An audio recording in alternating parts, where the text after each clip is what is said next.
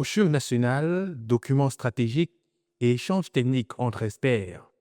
À travers ces espaces d'exposition, la Commission économique pour l'Afrique présente des avancées enregistrées dans le cadre de la décennie de la diversification économique en Afrique centrale. Mais derrière ces initiatives, un constat demeure.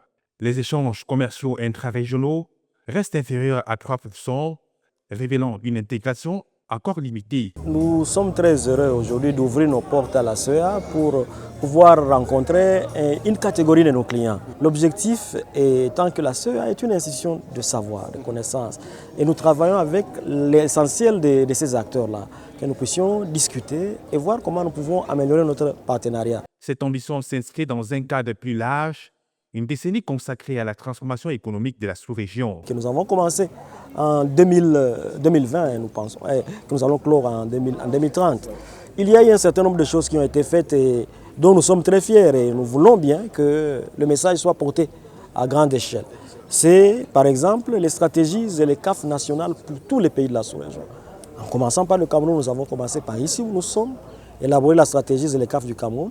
Nous l'avons fait pour la Centrafrique, nous l'avons fait pour la Guinée équatoriale, nous l'avons fait pour le Gabon, qu'il avait déjà fait avec d'autres acteurs, nous l'avons réélu et réadapté.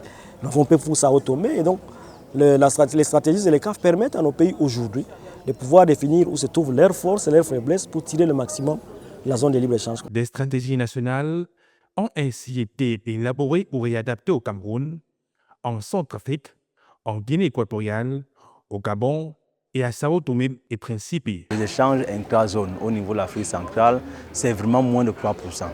Tandis que lorsqu'on prend l'Afrique de l'Ouest, en général, ils sont à 15 voire 20%.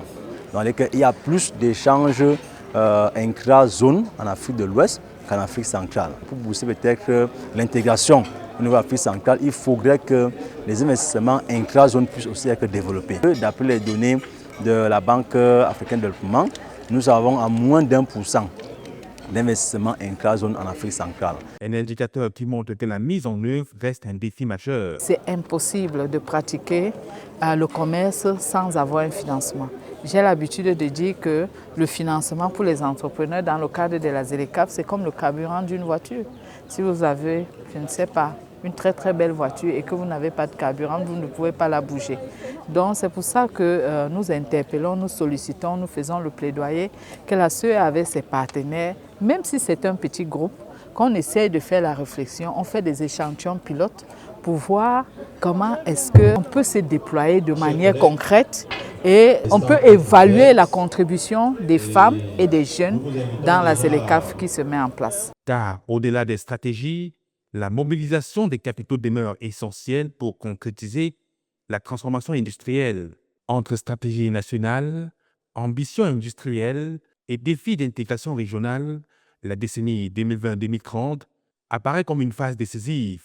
Reste à savoir si les engagements pris permettront une transformation durable des économies d'Afrique centrale.